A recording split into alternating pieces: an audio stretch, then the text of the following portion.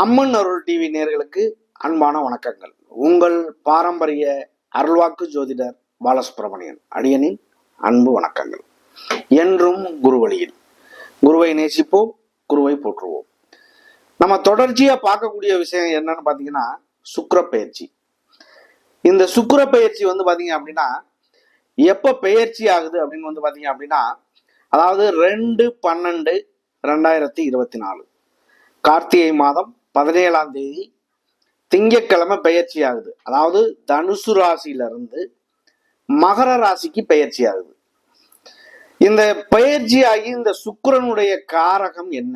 சுக்கிரன் ரிஷப ராசிக்கும் துலாம் ராசிக்கும் உள்ள அதிபதி.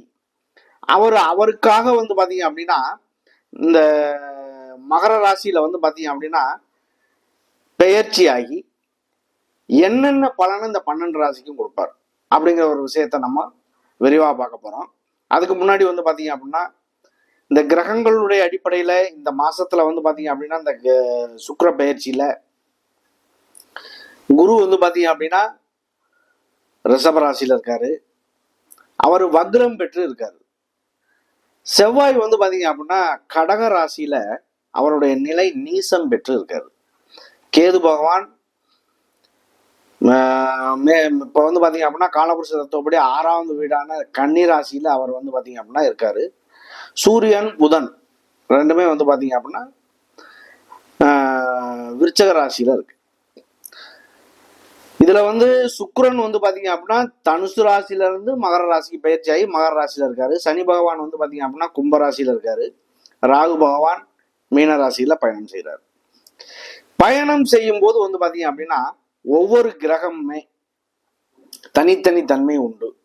அந்த தனித்தனி தன்மையில இந்த கிரகத்தினுடைய அடிப்படையில சுக்கிரன் அவருக்கு 7ஆம் பார்வை மட்டுமே. அவர் 7ஆம் பார்வையினால என்ன பலன் கொடுப்பார், அவருடைய காரகங்கள் என்ன, அவருடைய நன்மைகள் செய்யக்கூடிய நன்மை தீமைகள் என்ன அப்படிங்கிறத ஒவ்வொரு ராசிக்குமே பாத்தீங்க அப்படின்னா நம்ம விரிவா பார்க்க போறோம். அன்பார்ந்த கும்ப ராசி அன்பர்களே, கும்பராசி அப்படின்னாலே ஒரு தனக்கென ஒரு தன்மானத்தை தேடிக்கொள்ளக்கூடிய ஒரு நபர்கள். அவங்களுடைய ராசி பாத்தீங்க அப்படின்னா கும்ப கலசம் இருக்கும். அவங்களுக்குன்னு ஒரு சுய மரியாதையை எதிர்பார்த்து வாழக்கூடிய நபர்கள். மதியாத வீட்டுல மிதியாதன்னு சொல்லி பழமொழி இருக்கு. மதிக்காதவங்களை யாரும் வச்சுக்க மாட்டாங்க. தனக்கு மரியாதை யார் கொடுக்குறாங்களோ அவங்களுக்கு நல்ல மரியாதை கொடுப்பாங்க. அப்படிப்பட்ட நபர்கள் இந்த கும்பராசி அன்பர்கள். இந்த கும்பராசிக்கு பாத்தீங்க அப்படின்னா சுக்கிரன் உங்களுக்கு 4க்கும் 9க்கும் உள்ள அதிபதி சுக்கிர பகவான். அவர் உங்களுக்கு 11ஆம் இடமான லாபஸ்தானத்துல 12ஆம் இடமான அயனம் சயனம் போகம் சொல்லக்கூடிய ஒரு இடத்துக்கு வர்றாரு. 12 என்பது இல்லற சுகம் அப்படிங்கிறதும் உண்டு. வெளியூர் வெளிநாடு அப்படி இடத்தையும் குறிக்கும். வேலையில ப்ரமோஷன் சம்பள உயர்வு அந்த மாதிரியும் குறிக்கும். அப்ப இதை பொறுத்தளவுக்கு சுக்கிரன் அப்படிங்கிறது சுகபோகமான ஒரு வாழ்க்கைக்கு சொந்தக்காரர். வாழ்க்கையில என்ன கஷ்டங்கள் இருந்தாலும் என்ன துன்பங்கள் இருந்தாலும் ஒரு சிலர் பாருங்க வாழ்க்கையை என்ஜாய் பண்ணி வாழ்வாங்க. அவங்களுக்கெல்லாம் இருக்கக்கூடிய இந்த சுக்கிர பகவான் நல்ல நிலையில இருப்பார். அதாவது பாத்தீங்க அப்படின்னா இந்த சுக்கிரனாகப்பட்டவர் பாத்தீங்க அப்படின்னா உலகத்துல உள்ள ஒரு இன்பங்கள் எல்லாத்தையுமே சொந்தக்காரர் அவர் தான். ஆடம்பரமான வாழ்க்கை பகட்டான ஒரு வாழ்க்கை எல்லாம் வாழ்றது இந்த சுக்கிரனுடைய காரகத்துலதான். காம உணர்வுகள், அதாவது ஒரு மனிதனுக்கு உயிர்களுக்கு எல்லாத்துக்கும் காம உணர்வு அப்படிங்கிறது இந்த சுக்கிரனுடைய பணி, அவருடைய காரகம். இந்த சுக்கிரன் யாருக்கெல்லாம் நல்லா இருக்கு அப்படிங்கிறது ரொம்ப முக்கியம். அவங்க பாத்தீங்க அப்படின்னா அழகிய பொருட்கள், பணம், ஆடை, ஆபரணம், அலங்காரமான மாளிகை, வாகன யோகங்கள், வசிப்பிடங்கள் இதெல்லாம் பிரம்மாண்டமா இருக்கும். அவங்களுக்கு எந்த வகையிலையுமே பாத்தீங்க அப்படின்னா ஒரு நல்ல ஒரு பொழுதுபோக்கு, சங்கீதம், இந்த மாதிரி இசை, இந்த மாதிரி ஒரு சூழ்நிலைகள், ஒரு இசைத்துறைகள்லையோ இல்லை கலைத்துறைகள்லையோ ஒரு பெரிய லெவல்ல ஒரு ஆக்டரா இருக்காங்க அப்படின்னா அவங்களுக்கு சுக்கிரன் நல்ல நிலைமையில இருப்பார். எந்த வகையிலையும் குறை அப்படிங்கிறது இருக்கவே இருக்காது. பள்ளியறை சுகம், ராஜபோக வாழ்வு இதெல்லாமே பாத்தீங்க அப்படின்னா அவங்களுக்கு ரொம்ப ஒரு நல்ல ஒரு இன்ட்ரெஸ்டான ஒரு வாழ்க்கையை வாழ்வாங்க. அவங்களுக்கு இல்லாம வந்து பாத்தீங்க அப்படின்னா ஒரு குழந்தை பேரு, கரு உற்பத்திக்கு தேவையான சுக்கிலம், சுரோனிதம் ரெண்டுமே சுக்கிரனுடைய காரகம். அப்ப சுக்கிரனாகப்பட்டவர் வந்து ஒருவருக்கு நல்ல நிலையில் இருந்தால் என்ன நிலை அப்படிங்கிற ஒரு விஷயத்த சுருக்கமா நம்ம சொன்னோம். இன்னும் நிறைய விஷயங்கள் இருக்கு சுக்கிரனுடைய பணி. ஒவ்வொரு கிரகத்துக்குமே ஒவ்வொரு வகையான தன்மை உண்டு. இப்ப செவ்வாயை பத்தி பேசுறோம் அப்படின்னா செவ்வாய்க்கு வந்து உள்ள தன்மைகள் அனைத்தையும் நம்ம சொல்றோம். சுக்கிரனை பத்தி பேசையில சுக்கிரனுக்கு உண்டான தன்மைகள் அனைத்தும் பேசலாம். அதே சுக்கிரன் பாதிக்கப்படுறாரு அப்படின்னா என்ன ஆகும்?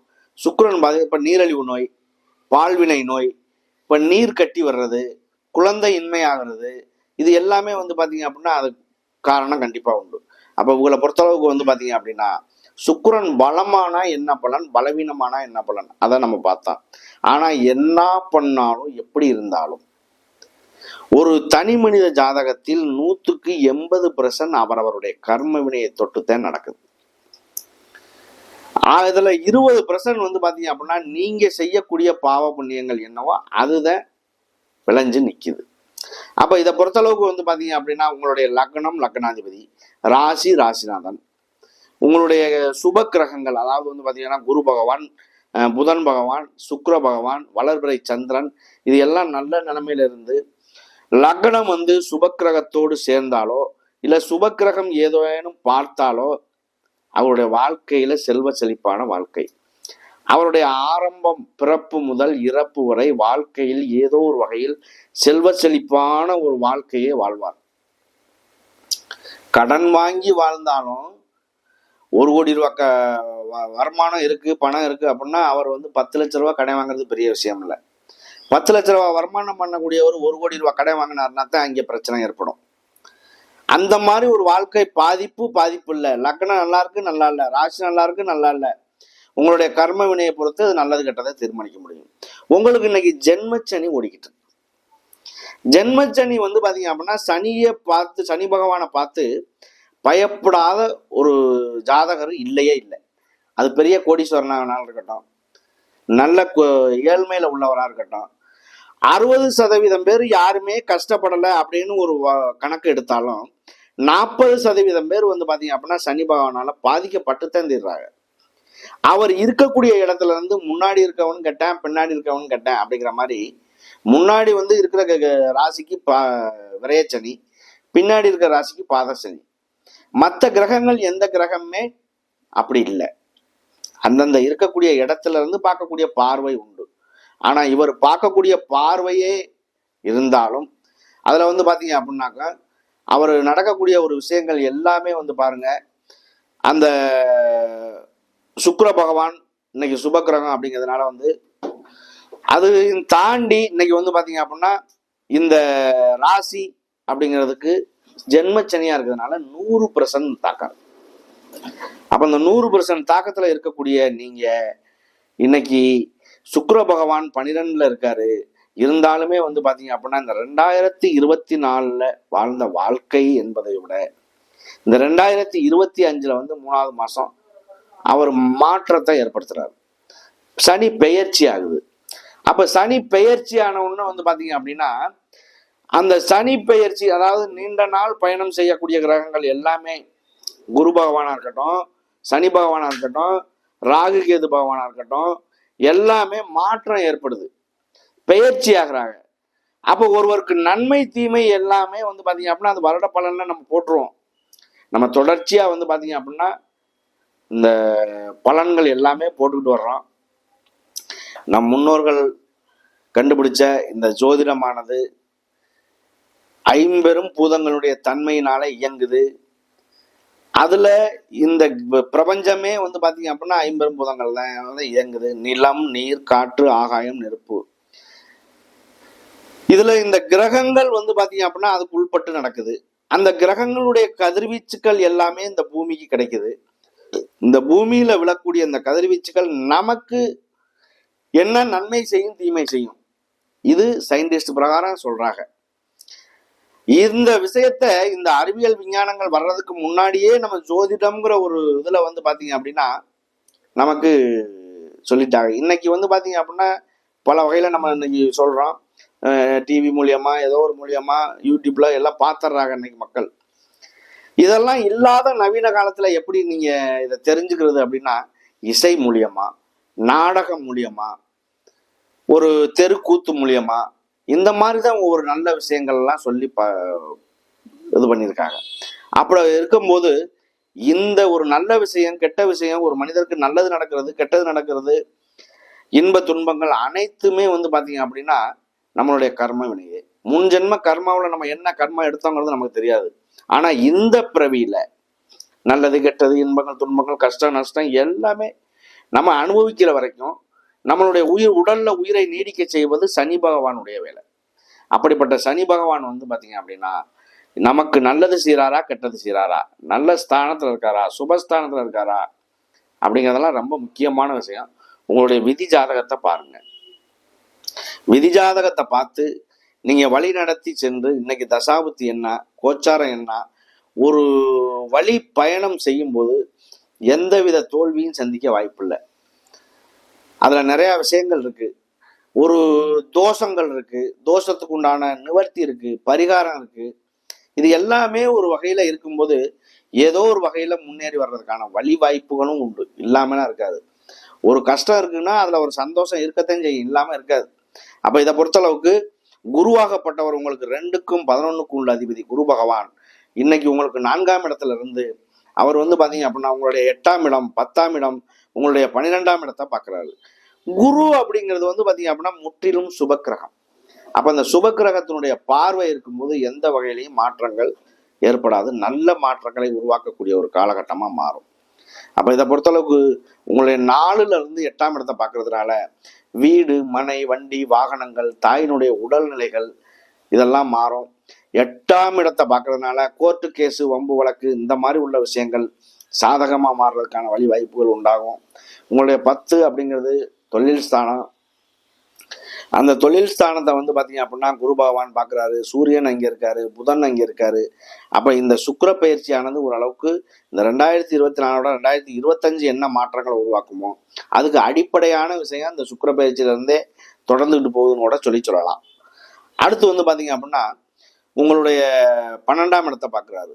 12ல சுக்கிரன் இருக்கிறது வந்து பாத்தீங்க அப்படின்னா ஒரு பள்ளி அறை சுகம், ராஜபோக வாழ்க்கை, இந்த மாதிரியெல்லாம் ஒரு இல்லற சுகங்களை அதிகப்படுத்தக்கூடிய ஒரு தன்மை கூட உண்டுன்னு சொல்லலாம். இந்த ராசியை பொறுத்தளவுக்கு அவிட்ட நட்சத்திரம் 2 பாதங்கள். அவிட்ட நட்சத்திரம் என்பது ஒரு செவ்வாய் பகவானுடைய நட்சத்திரம். செவ்வாய் பகவான் உங்களுக்கு 3க்கும் 10க்கும் உள்ள அதிபதி. அவர் உங்களுக்கு 6ஆம் இடத்துல போய் நீசம் பெற்று இருக்காரு. 6 அசுபஸ்தானத்துல போய் கெட்டு போறதுங்கிறது ஒரு பிளஸ் பாயிண்ட் உங்களுக்கு. இருந்தாலுமே இந்த செவ்வாய் சம்பந்தமான உடல்நிலை பாதிப்புகளோ, இரத்த சம்பந்தமான பிரச்சனை, பல்லு சம்பந்தமான பிரச்சனை யாருக்காவது ஒரு சிலருக்கு ஏற்பட வாய்ப்பு உண்டு. இந்த கும்பராசிக்குமே அந்த அமைப்பு உண்டு. இருந்தாலுமே வந்து பாத்தீங்க அப்படின்னா 3ஆம் அதிபதி அப்படிங்கிறதுனால சகோதர ஸ்தானம், முயற்சிகள் ஸ்தானம். நீங்க வந்து பாத்தீங்க அப்படின்னா முயற்சிகள் கொஞ்சம் தடைபடும். சகோதர உறவுகள்ல இருந்து வந்த ஏதாவது கருத்து வேறுபாடுகள் ஏற்படும். அந்த 45 நாளைக்கு அப்புறம் வேற ஒன்றும் பாதிப்புகள் இருக்காது. இருந்தாலும் நிதானமான பேச்சு, நிதானமான செயல்பாடு உங்களை மாற்றத்தை உருவாக்கும். அடுத்து சதய நட்சத்திரம். சதய நட்சத்திரம் என்பது ராகுடைய நட்சத்திரம். ராகு பகவான் வந்து பாத்தீங்க அப்படின்னா ஒரு நிழல் கிரகம் தான் நம்ம சொல்றோம். அவர் வந்து பாத்தீங்க அப்படின்னா எல்லா கிரகமும் முன்னோக்கி நகருது அப்படின்னா ராகு கேது மட்டும் பின்னோக்கி நகர்றாங்க. அப்ப அவங்கள பொறுத்தளவுக்கு வந்து பாத்தீங்க அப்படின்னா அது நிழல் கிரகம் அப்படிங்கிறதுனால அவங்களுக்குன்னு சொந்த வீடுங்கிறது எதுவுமே கிடையாது. எந்த ராசியில அவங்க போறாங்களோ அந்த ராசியை ஆக்கிரமிச்சுக்கிறது அவங்களுடைய வேலை. அப்ப எந்த கிரகத்தோடு சேர்ந்தாலும் அவங்க வேலையை ராகு பகவான் செய்வார்.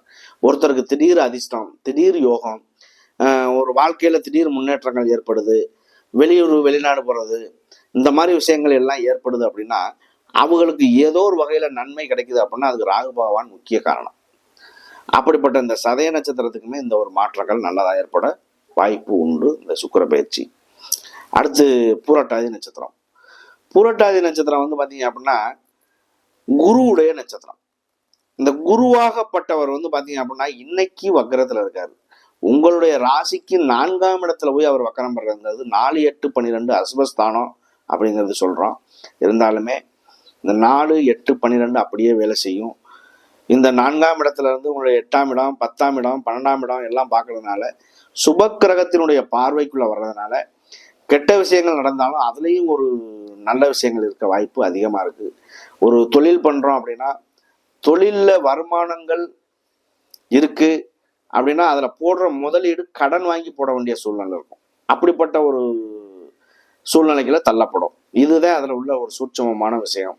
அப்ப இந்த பூரட்டாதி நட்சத்திரத்துக்குமே இந்த ஜென்மச்சனி ஆகப்பட்டதே இருந்தாலும் சுக்கிர பயிற்சி, ரெண்டாவது அவங்களுடைய பார்க்கக்கூடிய பார்வைகளினால நல்ல வாய்ப்புகள் கிடைக்க வாய்ப்பு உண்டு. பயன்படுத்துங்க. நன்றி, வணக்கம்.